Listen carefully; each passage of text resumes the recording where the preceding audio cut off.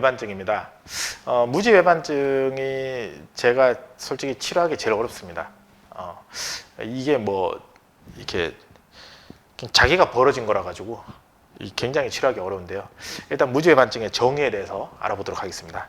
이 정상적으로 이 무지 첫 번째 엄지발가락이 요 두 번째 중족골뼈하고 첫 번째 중족골뼈 요 두 뼈 사이에 이 각도가 요렇게 좀 벌어져 있잖아요. 그리고 얘들은 요렇게 모아져 있는데 요 각도가 뭐 한 또 8에서 한 9도. 요게 벌어진 게 8에서 9도 정도 벌어졌대요. 요 뼈가. 얘들이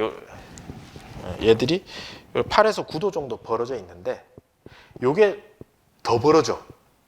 그러면 이제 이게 확 이렇게 되겠죠. 또는 이제 이 중족골 뼈하고 요 뼈, 기절골 뼈 사이 요 각도가 요 둘이 이루는 요 뼈하고 요 뼈가 이루는 각도가 한 10에서 15에서 20도 정도 벌어지면 괜찮아요. 근데 더 벌어지면 이제 무지외반증이라고 얘기를 합니다. 그래서 만약에 요게 무지외반각이라고 하는데 방금 말씀드렸던 게 이 중족골 뼈하고 이 기절골 뼈 사이의 각도가 만약에 한 25도 정도 이상 이렇게 벌어졌다. 그러면은 약간 이 지금 요 뼈하고 요 뼈를 이걸로 표현해 드릴게요. 25도 정도 이상 벌어졌다 그러면 이렇게 벌어진 거잖아요. 이렇게 되면은 뭐 어떤 일이 발생하냐면 이제 우리가 걸을 때 앞에서 설명드렸다시피 발 디디고 체중 이동하고 그 다음에 이렇게 해서 뒤꿈치 들고 엄지발가락이 제껴지잖아요. 그 상태에서 엄지발가락의 힘으로 추진력이 발생을 하는데요.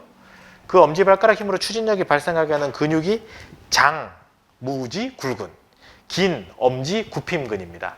그래서 걔가 이렇게 뒤에서 이렇게 붙어가지고 이 엄지발가락을 와가지고 이 상태에서 얘가 수축해가지고 이렇게 엄지발가락을 이렇게 제껴가지고 이렇게 앞으로 가게 만드는데 무지 외반각이 25도 이상 얘가 이렇게 확 벌어져 버리면 얘가 첫 번째 발가락을 아래로 굴곡시키는 역할을 하는 게 아니라 그냥 얘가 힘도 못 쓰고 그냥 발만 더 벌어지게 만들어 버려요.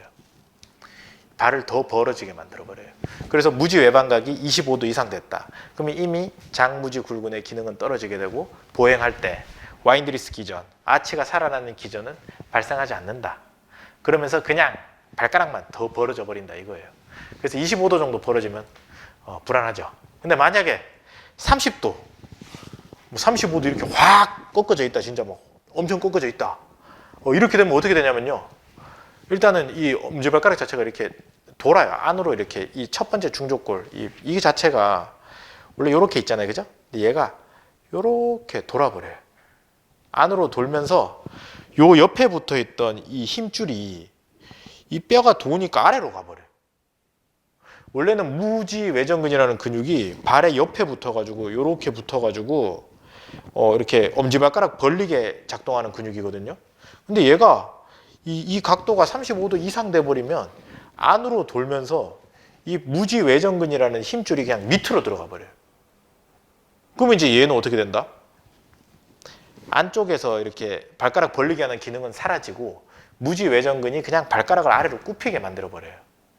그러면 이제 그때부터 이제 거침없이 이제 더 벌어지는 거죠, 이 발가락이. 그래서 일단 그렇게 돼 버리고 그 다음에 또한 이게 외전이 더 벌어지면은 발 아래서 이렇게 발가락들을 모아주는 엄지발가락을 모아주는 무지내전근이라는 근육도 있는데 걔 또한 이게 안으로 돌아버리면은 걔가 수축하는 순간 발을 모아주는 게 아니라 더 이렇게 벌어지게 만들어 버려요. 왜냐하면 걔가 요 첫 번째 발 요쪽에 요렇게 붙어 있는데 얘가 수축하니까 이 더 당겨 버리는 거야. 이게 안으로 돌아버리니까. 그래서 굉장히 발이 이렇게 35도 이상 벌어지면 이 발 안에 있는 인트린직 머슬들이 아치를 살려주는 게 아니라 발을 더 퍼지게 만들어 버리는 거죠. 그래서 무지 외반각이 크면 클수록 되돌릴 수 없어요.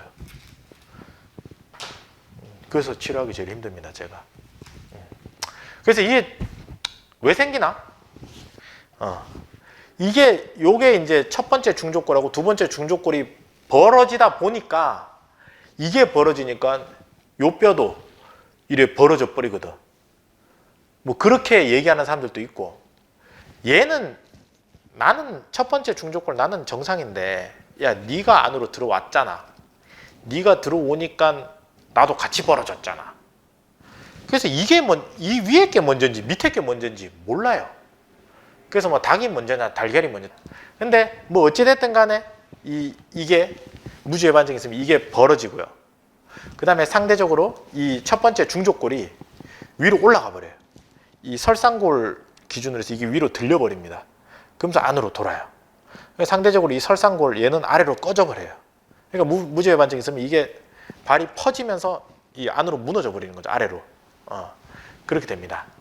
그래서 뭐 이것도 뭐 타고났어요. 그냥 뭐 어렸을 때부터 이미 뭐 중학생 정도 되면은 무지 외반증이 있는 친구들 같은 경우는 이미 증상이 생겨납니다.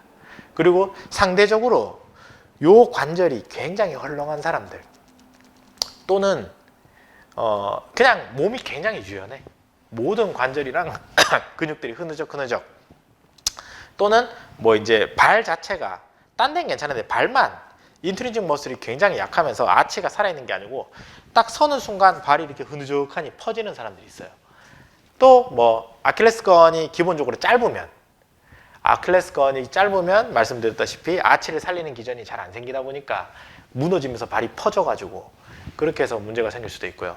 그 다음에 제일 문제가 뭐냐면 이제 이 구두, 뾰족 구두.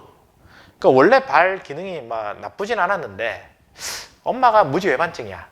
그럼 내가 한 중학생 정도 됐을 때 고등학교 가거나 뭐 대학생 됐을 때 난 뾰족 구두는 신지 말자. 가뜩이나 타고 났으니까 이미 될 확률이 높은데 뾰족 구두 신으면 어떻게 돼요? 강제적으로 발 모았잖아.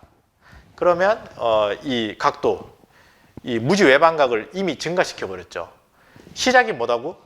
근육이랑 다른 게 문제가 아니라 뼈가 이렇게 생겨 먹어가지고 문제가 생겼는데 내가 일부러 자꾸 뾰족 구두 신어가지고 발을 이렇게 모아버리니까는 그때부터 자기가 병 만드는 거지 뭐. 예. 근데 그렇다고 뭐 다 자기 탓은 아니에요.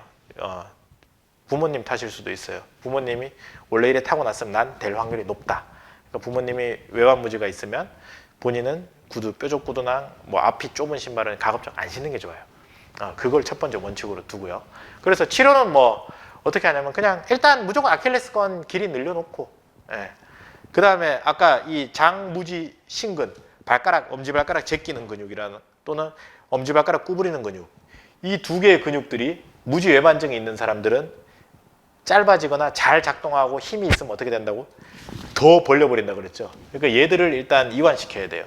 장무지 굴근, 장무지 신근 이완 시켜놓고, 그 다음에 무지 외정근, 이 엄지발가락을 밖으로 벌리는 근육, 얘들이 아까 35도 이상 이렇게 많이 무지외반이 심해지면 얘들이 수축하는 순간 더 옆으로 벌린다 그랬죠.